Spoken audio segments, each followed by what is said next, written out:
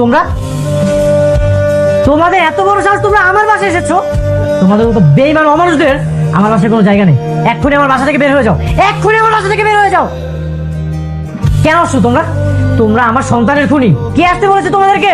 আমি আসতে বলছি। রাতুল, তুই? হ্যাঁ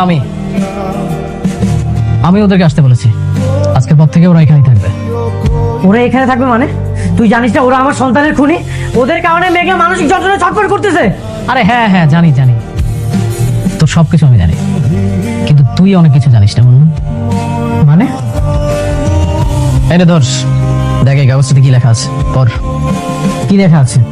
ওইখানে লেখা আছে, আমি মোহাম্মদ আব্দুল্লাহ অনিক, আমি আমার সকল সম্পত্তি আমার বন্ধু রাতুল রাজের নামে লিখে দিচ্ছি।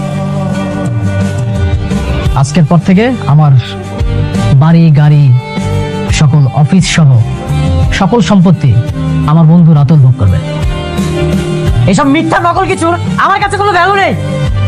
তোর সিগনেচার করা অরিজিনাল কাগজটা যথাস্থানে রাখা আছে। তোর যত কাপড় চোপড় আছে, যা যা আছে, তুই সবকিছু নিয়ে এখান থেকে বের হয়ে যা। আর আমি বন্ধু হিসেবে তো তোর এতটুকু উপকার করতেই পারি।